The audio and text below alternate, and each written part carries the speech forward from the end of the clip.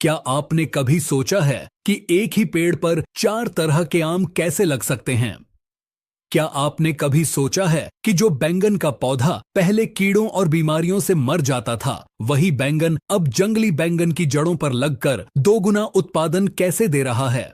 क्या आपने सोचा है कि जिस आम की गुठली को पेड़ बनने और फल देने में 10 साल लगते हैं, ग्राफ्टिंग करने पर वह सिर्फ 2 साल में फल कैसे दे देता है? यह कोई चमत्कार नहीं है, यह विज्ञान है। इसे ग्राफ्टिंग कहते हैं, कलम बांधना कहते हैं। यह खेती की दुनिया का सबसे बड़ा और सबसे पुराना ऑपरेशन है, जिसमें हम कुदरत के नियमों को थोड़ा सा मोड़कर अपनी मर्जी का फल अपनी मर्जी के समय पर और अपनी मर्जी के आकार में प्राप्त करते हैं। आज का यह वीडियो आपके जीवन का सबसे महत्वपूर्ण वीडियो साबित होने वाला है, क्योंकि आज टेक्निकल एग्रीकल्चर चैनल पर हम ग्राफ्टिंग की पूरी A to Z जानकारी का पोस्टमार्टम करेंगे। आज हम जानेंगे कि ग्राफ्टिंग असल में काम कैसे करती है, पौधे की नसें आपस में कैसे जुड़ती हैं, सायन और रूट स्टॉक का मिलन कैसे होता है, सब्जियों में ग्राफ्टिंग कैसे होती है और फलों में कैसे, और सबसे बड़ी बात, 90% किसान ग्राफ्टिंग में फेल क्यों हो जाते हैं। नमस्कार किसान दोस्तों, आपके अपने भरोसेमंद चैनल टेक्निकल एग्रीकल्चर में आपका बहुत बहुत स्वागत है। हम यहां हवाई बातें नहीं करते, हम बात करते हैं ठोस तकनीक की। तो चलिए शुरू करते हैं कलम बांधने का यह अद्भुत सफर।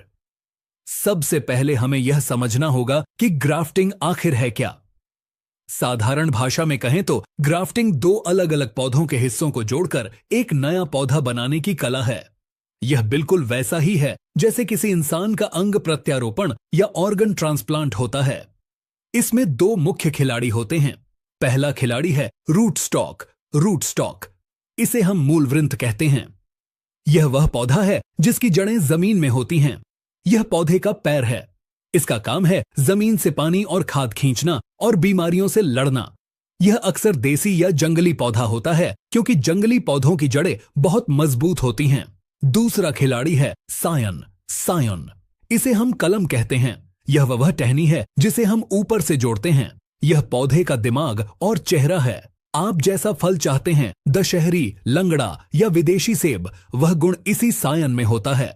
जब हम इन दोनों को मिलाते हैं तो हमें एक सुपर प्लांट मिलता है, जिसकी जड़ें जंगली और मजबूत होती हैं, लेकिन फल शाही और स्वादिष्ट होते हैं।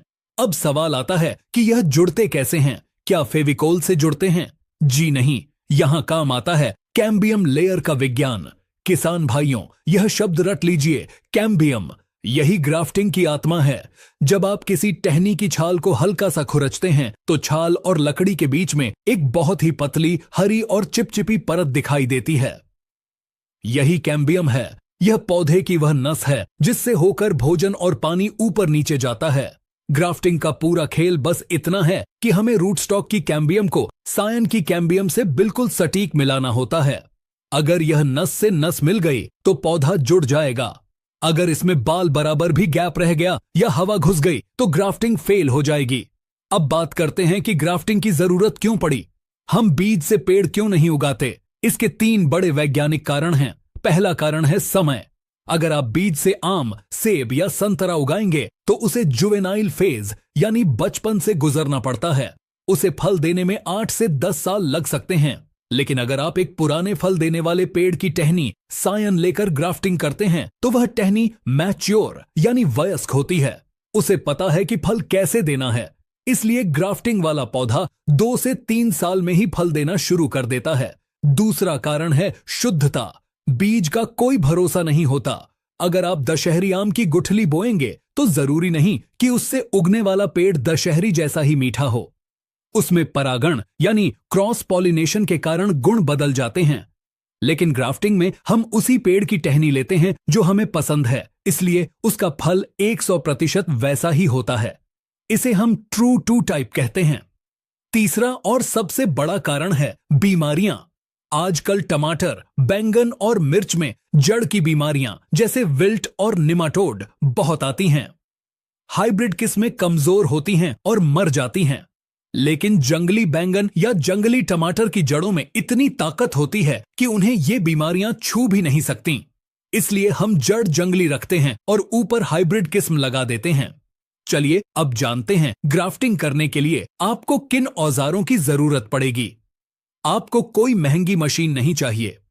आपको चाहिए एक बहुत ही धारदार चाकू, इसे ग्राफ्टिंग नाइफ कहते हैं। ध्यान रहे, चाकू इतना तेज होना चाहिए कि वह टहनी को एक बार में मक्खन की तरह काट दे। अगर टहनी कटी नहीं और कुचल गई तो उसके सेल यानी कोशिकाएं मर जाएंगी और जुड़ाव नहीं होगा। दूसरा औजार है ग्राफ्टिंग टेप। यह एक विशेष प्रकार की पॉलीथीन होती है जो स्ट्रेचेबल यानी खींचने वाली होती है। यह हवा और पानी को अंदर जाने से रोकती है।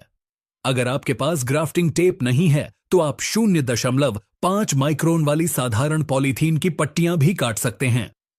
तीसरी चीज है सफाई। आपका चाकू और हाथ बिल्कुल साफ होने चाहिए। अगर चाकू गंदा हुआ तो पौधे में फंगस लग जाएगा, इसलिए चाकू को हमेशा स्प्रिट या सैनिटाइजर से साफ करके ही कट लगाएं। अब हम आते हैं वीडियो के सबसे महत्वपूर्ण हिस्से पर, ग्राफ्टिंग की विधियां। वैसे तो दुनिया में 50 तरह की ग्राफ्टिंग होती है, लेकिन हम उन 4 से 5 विधियों की बात करेंगे जो भारत के किसानों के लिए सबसे सफल हैं। पहली विधि है क्लिफ्ट ग्राफ्टिंग, क्लेफ्ट ग्राफ्टिंग या वी ग्राफ्टिंग। यह सबसे ज्यादा प्रचलित तरीका है। इसमें हम रूट स्टॉक, नीचे वाले पौधे को जमीन से लगभग 6 से 8 इंच ऊपर से सीधा काट देते हैं। फिर उसके ठीक बीचों बीच चाकू रखकर नीचे की तरफ 1 से 2 इंच का चीरा लगाते हैं। अब रूट स्टॉक का मुंह 2 हिस्सों में खुल जाता है। इसके बाद हम सायन, ऊपर वाली कलम को लेते हैं। सायन के निचले हिस्से को हम चाकू से दोनों तरफ छीलकर एक वी आकार या पच्चर वेज जैसा बना लेते हैं। अब इस वी शेप की सायन को रूट स्टॉक के चीरे में फंसा देते हैं। यहां सबसे बड़ी सावधानी क्या है? सावधानी यह है कि सायन और रूट स्टॉक की मोटाई एक बराबर होनी चाहिए, ताकि उनकी छाल और कैम्बियम लेयर आपस में बिल्कुल सही मिल जाएं। इसके बाद इसे टेप से कसकर बांध दिया जाता है ताकि न हवा जाए न पानी। यह विधि आम, सेब, नाशपाती और लगभग सभी फलों में काम करती है। दूसरी विधि है विनियर ग्राफ्टिंग या साइड ग्राफ्टिंग। यह विधि आम के लिए बहुत मशहूर है। इसमें हम रूट स्टॉक को ऊपर से काटते नहीं हैं, बल्कि रूट स्टॉक के तने के साइड में एक तिरछा कट लगाते हैं और छाल का एक टुकड़ा हटा देते हैं। बिल्कुल उसी आकार का कट हम सायन में लगाते हैं। फिर सायन को रूट स्टॉक के साइड में चिपकाकर बांध देते हैं। जब सायन जुड़ जाता है और उसमें से नई पत्तियां निकलने लगती हैं, तब हम रूट स्टॉक के ऊपर वाले हिस्से को धीरे धीरे काट देते हैं। यह विधि तब काम आती है जब रूट स्टॉक मोटा हो और सायन पतला हो। तीसरी विधि है स्टोन ग्राफ्टिंग या एपिकोटाइल। यह आम की गुठली उगने के तुरंत बाद की जाती है।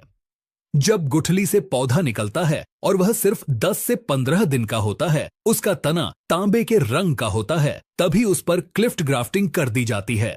कोंकण और महाराष्ट्र के इलाकों में यह तकनीक बहुत सफल है क्योंकि इसमें समय बहुत बचता है। चौथी विधि है बुडिंग या कली लगाना। इसमें हम पूरी टहनी नहीं काटते, हम पेड़ से सिर्फ एक आंख यानी बड निकालते हैं।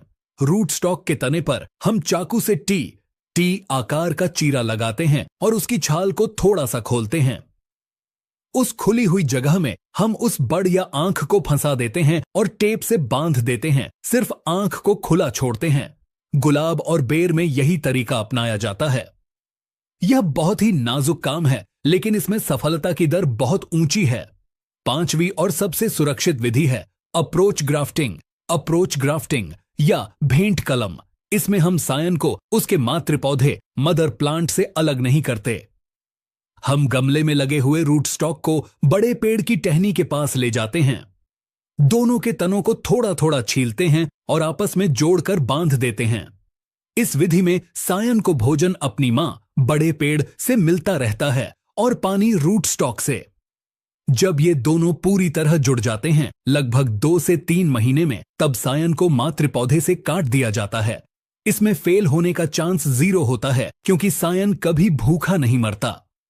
अब एक बहुत ही नई क्रांति की बात करते हैं, सब्जियों में ग्राफ्टिंग, वेजिटेबल ग्राफ्टिंग। किसान भाइयों, यह भविष्य है। अगर आप टमाटर, बैंगन या मिर्च की खेती करते हैं तो इसे ध्यान से सुनें। सब्जियों में ग्राफ्टिंग का मुख्य उद्देश्य पैदावार बढ़ाना नहीं, बल्कि पौधे को मरने से बचाना है। हम जंगली बैंगन, जिसका नाम सोलेनम टोरवम है, को रूट स्टॉक बनाते हैं। इसकी जड़ें इतनी कठोर होती हैं कि निमाटोड और उकठा रोग, विल्ट, इसका कुछ नहीं बिगाड़ सकते। जब जंगली बैंगन का पौधा और हाइब्रिड टमाटर / बैंगन का पौधा 20 से 25 दिन का हो जाता है और तने की मोटाई माचिस की तीली जैसी हो जाती है, तब हम ग्राफ्टिंग करते हैं। इसमें हम रूट स्टॉक को 45 डिग्री के कोण पर तिरछा काटते हैं और सायन को भी उसी कोण पर। फिर दोनों को मिलाकर एक छोटी सी सिलिकॉन क्लिप या रबर की ट्यूब से जोड़ देते हैं। लेकिन सब्जियों की ग्राफ्टिंग में सबसे बड़ा खेल हीलिंग यानी घाव भरने का है। ग्राफ्टिंग के तुरंत बाद इन नन्हे पौधों को एक अंधेरे कमरे में या हीलिंग चैम्बर में रखना पड़ता है, जहां नमी 90% हो और धूप बिल्कुल न हो। 3 से 4 दिन तक इन्हें अंधेरे में रखा जाता है, फिर धीरे धीरे रोशनी दिखाई जाती है। अगर आपने तुरंत धूप में रख दिया तो पौधा 1 घंटे में सूख जाएगा। अब बात करते हैं कि ग्राफ्टिंग करते समय और उसके बाद क्या सावधानियां रखनी चाहिए, क्योंकि मेहनत तो सब करते हैं, लेकिन रिजल्ट सबको नहीं मिलता। पहली गलती जो किसान करते हैं, उल्टी कलम बांधना। हमेशा याद रखें, सायन में जो आंखें, बड्स होती हैं, उनका मुंह हमेशा ऊपर यानी आसमान की तरफ होना चाहिए। अगर आपने गलती से कलम को उल्टा नीचे मुंह करके जोड़ दिया तो वह कभी नहीं पनपेगी, क्योंकि पौधे में रस का बहाव नीचे से ऊपर होता है। दूसरी गलती, गैप रह जाना। जब आप टेप बांधते हैं तो उसे इतना कसकर बांधना है कि दोनों कटी हुई सतहों के बीच हवा की जगह न बचे। अगर हवा रह गई तो वहां फंगस लग जाएगा और जोड़ काला पड़कर सूख जाएगा। साथ ही टेप इतना टाइट होना चाहिए कि बारिश का पानी अंदर न घुस सके। एक बूंद पानी भी आपकी मेहनत पर पानी फेर सकता है। तीसरी गलती, सायन का चुनाव। सायन हमेशा ऐसे पेड़ से लेनी चाहिए जो स्वस्थ हो, जिसमें कोई बीमारी ना हो और जिसने पिछले साल अच्छा फल दिया हो। सायन की टहनी गोल होनी चाहिए, चपटी नहीं, और उसकी मोटाई पेंसिल के बराबर होनी चाहिए। बहुत पतली या बहुत मोटी कलम अक्सर फेल हो जाती है। चौथी गलती, मौसम का चुनाव। आप हर मौसम में ग्राफ्टिंग नहीं कर सकते। ग्राफ्टिंग के लिए सबसे अच्छा समय वह होता है जब हवा में नमी हो और तापमान न बहुत ज्यादा हो न बहुत कम। भारत में जुलाई से लेकर सितंबर तक का समय मानसून और फरवरी से मार्च का समय वसंत ऋतु सबसे बेस्ट है।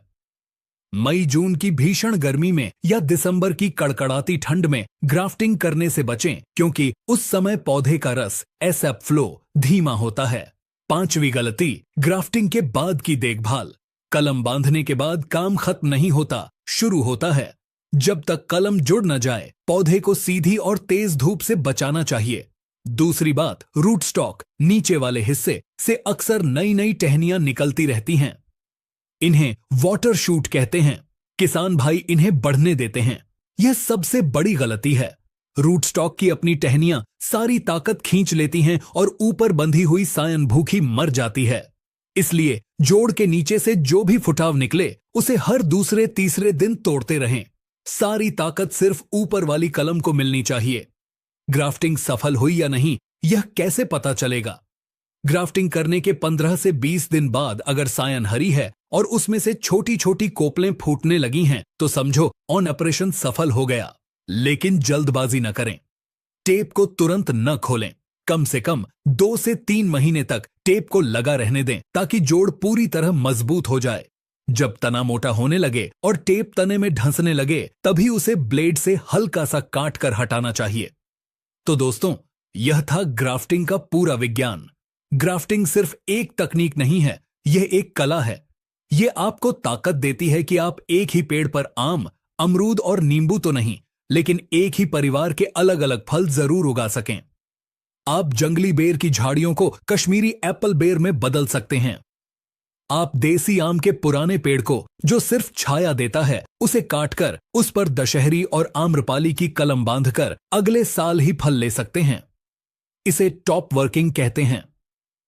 टेक्निकल एग्रीकल्चर चैनल का उद्देश्य यही है कि आप इन तकनीकों को सीखें और आत्मनिर्भर बनें। नर्सरी से महंगे पौधे खरीदने के बजाय आप खुद अपनी नर्सरी तैयार करें।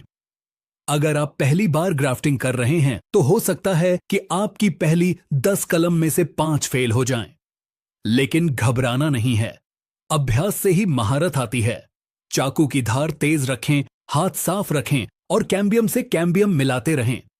सफलता जरूर मिलेगी। उम्मीद है कि ग्राफ्टिंग की यह A to Z जानकारी आपको पसंद आई होगी।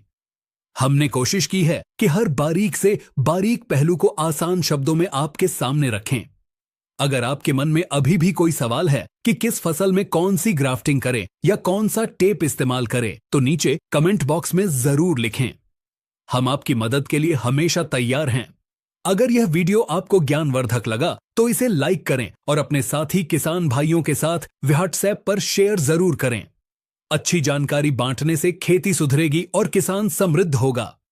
टेक्निकल एग्रीकल्चर चैनल को सब्सक्राइब करके घंटी का बटन जरूर दबाएं ताकि हमारी अगली वैज्ञानिक वीडियो सबसे पहले आप तक पहुंचे। जुड़े रहिए, सीखते रहिए और अपनी खेती को टेक्निकल बनाते रहिए। धन्यवाद। जय हिंद, जय किसान।